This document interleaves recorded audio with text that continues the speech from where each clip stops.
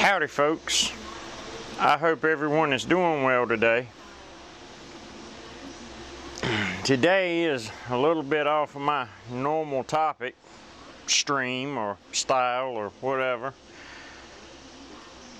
and I will try not to become overly impassioned about this. However, it's a topic that elicits a lot of passion from most people. And while yes, it is fashionable to talk about it nowadays, and it is certainly a very heavily debated political topic,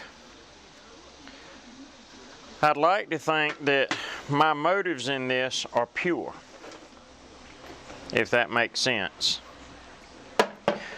But I'll apologize if I do get long-winded or anything like that. I'll try to edit unnecessary monologues out. But the topic that I want to discuss or talk about, whatever, is this ridiculous gun control story that's being told nowadays. And as a general rule, most of the gun control advocates are advocating based on false premises. So I recently went to purchase a pistol, and when I went to the store, I was told, well, you have to go to the sheriff's department and get a permit to purchase a pistol. Okay. Well, for starters, that's unconstitutional. It is an infringement on my right as a citizen. But I understand the reason behind it. I'm not going to say the necessity behind it, but the reason behind it. And the reason is that they want to do a reasonable background check. And again, I use that term reasonable as a relative term because they want to make sure that someone who's ineligible due to criminal activity is not purchasing a pistol. Okay, no problem. And as much as I believe that's unconstitutional, I don't believe that I shouldn't have done it, okay? I don't mind doing it because I'm not a criminal. So I went to the sheriff's department, filled out the paperwork, and handed it to them. The sheriff's department asked me a question. How many permits do you want? Okay, well, that question doesn't really make any sense because this is a background check to make sure that I can purchase a pistol. No problem. So my answer was one. You know, I'm only looking to purchase one pistol right now. They said, well, if you want to purchase more than one pistol, you have to get more than one permit, and it's $5 per permit. Okay, well, that doesn't make any sense. Why is it $5 per permit? Because they only run one background check. And the permit is literally a piece of paper, you know, about that size. Half of a cut-off sheet of printer paper is what it is, because they print 2 permits per sheet and then cut them all in half. Well, I didn't get any answer to that question, why is it $5 per permit? Because, like I said, it's the exact same thing that they would be giving you And even if they assigned it a permit number and there was an individual number per permit, still, why is it $5? Because you run one background check. And if it costs anything to run the background check, fine, I understand that. But you're only running one background check. You have one person sitting there. They can fill out 2 or a dozen of these things at the time. Aside from that, if you're paying for the sheriff's signature, because each one has the sheriff's signature on it, oh, but wait, it's not the sheriff's signature. It's a replica of the sheriff's signature with a rubber stamp. So, anyway, we'll let that one slide for now. So the next thing is I go and I purchase my my pistol after the 7 to 14 days, which it was only 7 days, you know, so they took care of that pretty quickly, which I'm not accustomed to in government. So I go to the sheriff's department, I pick up my permit, then I go to the store and I hand them the permit and all my other paperwork.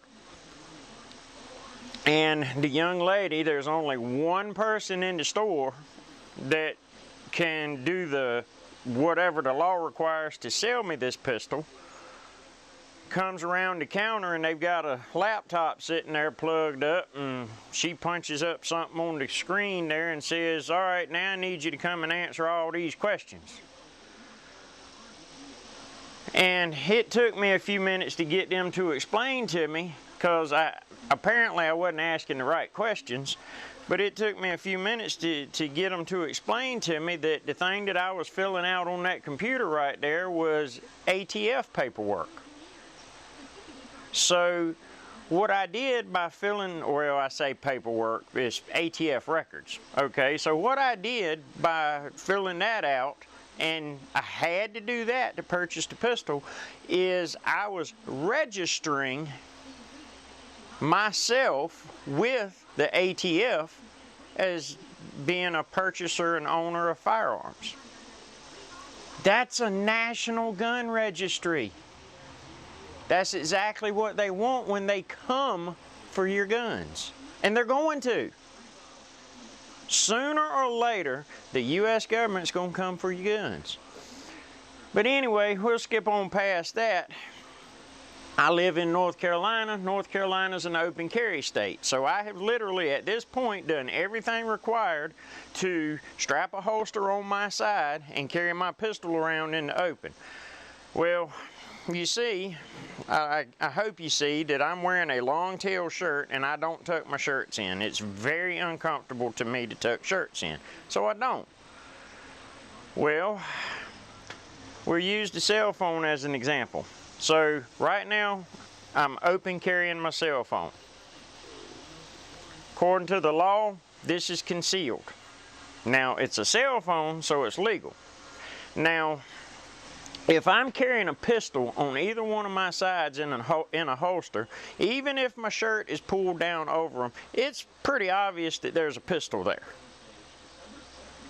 So, but anyway, in order to carry my pistol in that fashion, if I'm going to pull my shirt down over it, which most likely I won't, most likely I'll keep it like I try to keep my cell phone, and I only cover my cell phone up when I'm doing something that I don't want it to get dirty, grinding on metal, using the cutting torch or something like that. You know, I pull that down to offer it a little protection. Not much, mind you, but a little. And sometimes I just forget to pull my shirt back up until I go to reach for my phone or whatever, and you know, then I'll pull it up and tuck it back where it is so I can get my phone. But anyway, so in order to carry my pistol on my side, I have to get a concealed carry permit just on the off chance that I might have my shirt pulled down over it. All right, no problem, fine. So I got my pistol, I put it in my little bag, you know, my pistol is unloaded and the chamber's cleared, and there's a little orange safety tab that you stick in the chamber because, you know, it's a semi-automatic, not a revolver. So, you know, you pull the slide back a little bit, you stick this little orange thing in there that's sticking a piece out the side of it that you can obviously see it stuck up in the chamber. It's stuck in the slide, so you can't pull the trigger with it in there even if you want to, because the slide's not all the way forward. Then I take my pistol and I put it in my little zipper bag that it goes in, and then I take that little zipper bag and put it in the bag that I keep my ammunition and all my other pistol accessories in, and I sit it behind the seat of my pickup truck. All right. Obviously not a quick draw McGraw here. I mean, you know, it's in 2 bags with a safety device in place and no magazine installed. It's not like I can pull that out in any kind of hurry and shoot someone with it.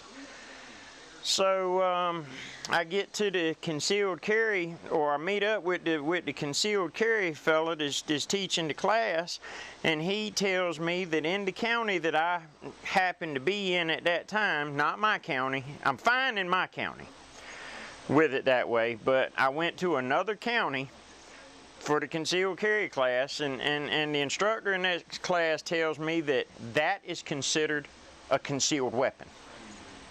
All racked up and safetied and everything in 2 separate bags, you know, in a bag that's inside another bag, zipped up behind the seat of the truck. And when I say behind the seat, I don't mean behind the passenger seat, because I drive an extended cab S10 with, you know, bench seat or bucket seats in it, so I can reach over behind the passenger seat and grab something. It's not where it was behind the driver's seat. So I couldn't just reach back there and grab it anyway. But I was told that that would get me a concealed weapons charge. That's ridiculous. But aside from that, I believe that Yahweh created us with the right to own whatever's necessary, or whatever we think is necessary for our own protection.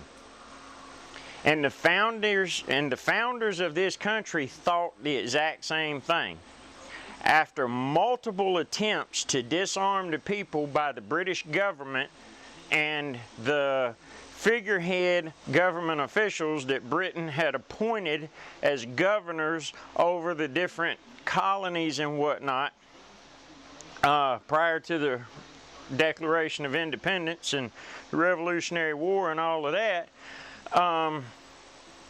the government couldn't disarm the people because the people were armed and they knew that they had the right to defend themselves from whoever, including a tyrannical government.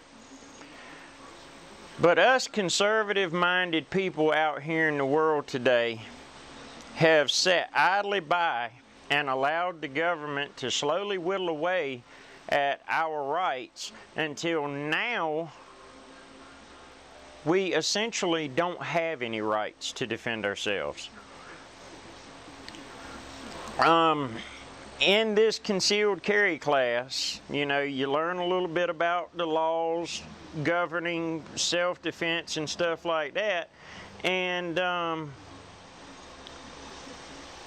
not even sure what's what based on the way some of the laws are written, but if I'm in my recliner, dead asleep, all the lights in the TV are off, and somebody kicks my door in, the dead of night, there are no lights on, I can't see who it is, they don't make any declarations or announcements, obviously, they're kicking my door in,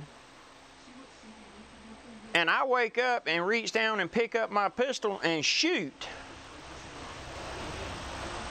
I'm gonna get arrested. How's that right? Now, I didn't say convicted or anything like that. I said arrested for self-defense. How's that right?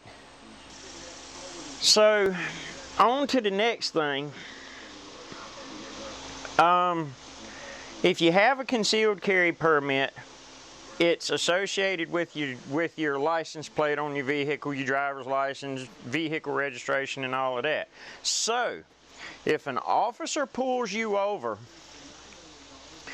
You know, you've got that concealed carry permit, which I don't keep my wallet in my pocket anyway. I can't stand it back there, so my wallet is so quickly accessible that I can have my driver's license in hand and my hands on the steering wheel before the officer ever opens the door of his car.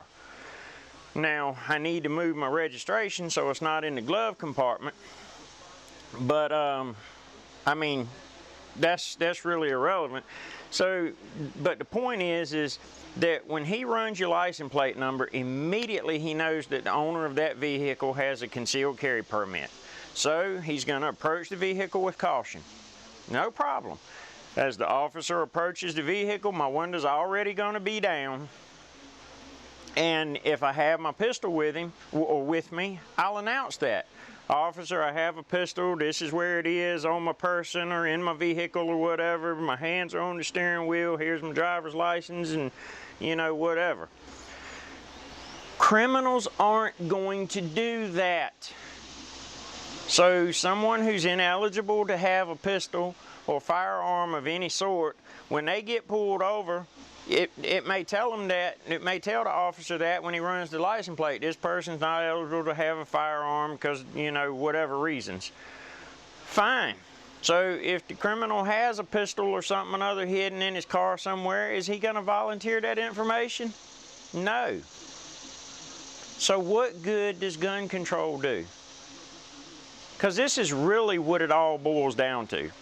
The founders of our country set forth the Second Amendment as a personal, individual right for the people to bear arms. And it is entirely separate from a well-regulated militia. Entirely. Because if the people didn't have the right to keep and bear arms, then there couldn't be a well-regulated militia, because the well-regulated militia is made up of the people. Period. Criminals already don't obey the law. So why do you numbskulls think that instituting more gun control laws, which are unconstitutional to begin with, and tie the hands of law-abiding citizens are going to help stop criminals who already don't obey, respect, or even know the law for the most part? They don't care. The only reason that you can have for trying to disarm the people is not for the safety of the people. It's so that you can grow your tyrannical, goose-stepping control. You know, folks running around Antifa, anti-fascist, and all of that, calling everybody Nazis. The fact of the matter is you folks that are trying to instill gun control and take the rights and authority away from the people so that you can run things your way, y'all are the goose-stepping Nazis. And I don't use that term lightly. And no, I don't think y'all have done the atrocious things that Hitler had done under his authoritarian rule. I do, however, think once you disarm the people, you'll be doing that. Not only that, but there are instances in this country that those sorts of things are already being done with eminent domain land grabs and stuff like that.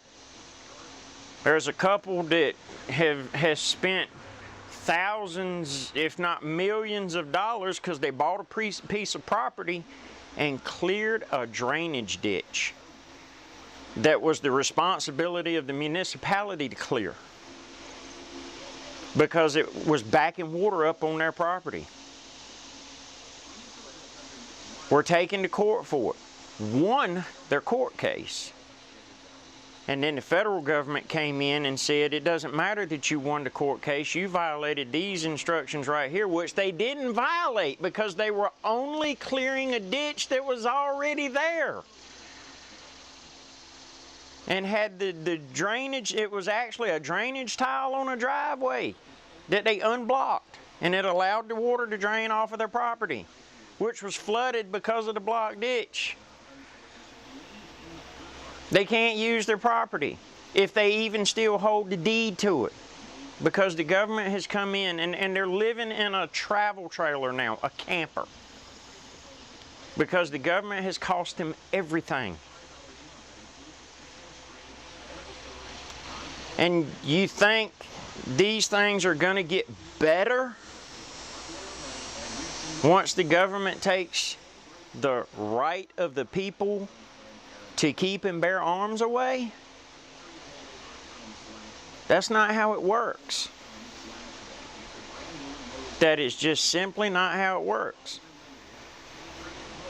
You people need to learn history. You people need to understand what personal liberty and individual freedoms are.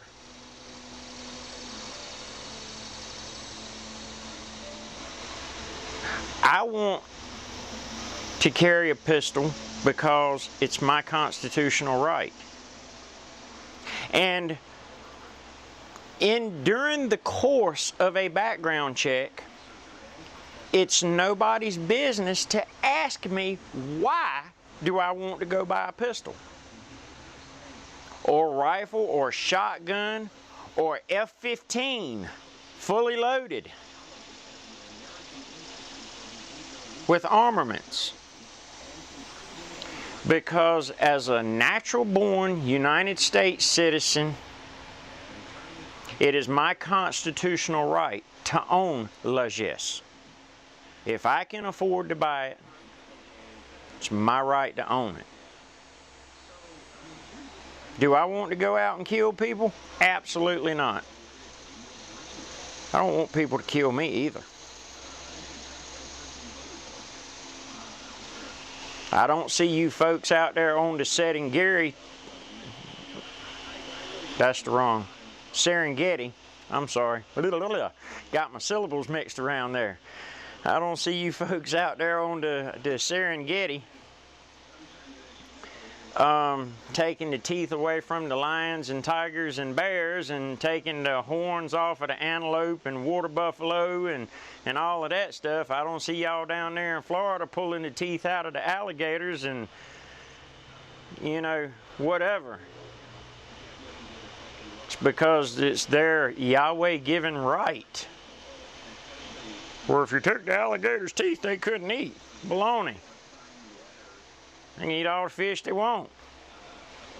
They don't even have to chew them up or tear them apart. Plenty of lily pads and frogs down there to eat.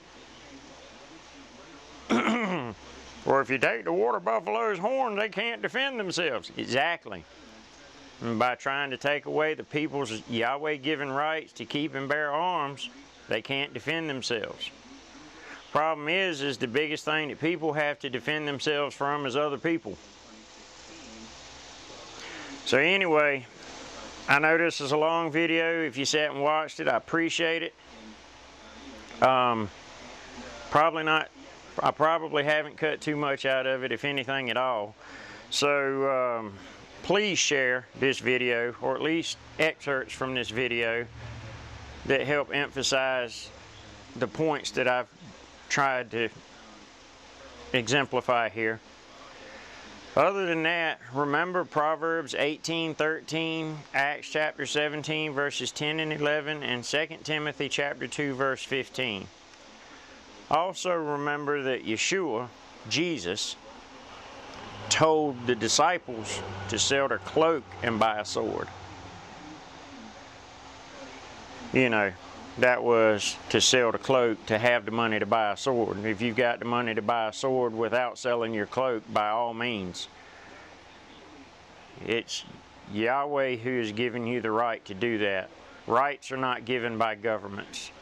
Privileges are not given by governments. The authority lies with the people. Without the people, there would be no government. Without the government, there would still be people. They rely on us to keep them in power. We don't act because we're afraid that they'll call the military in on us.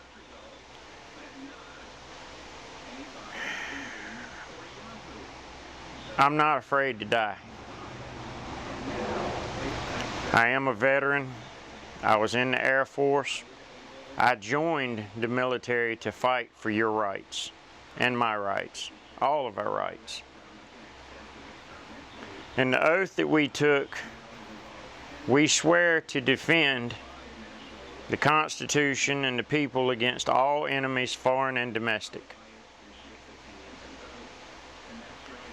Even though I'm a veteran now and no longer an active member,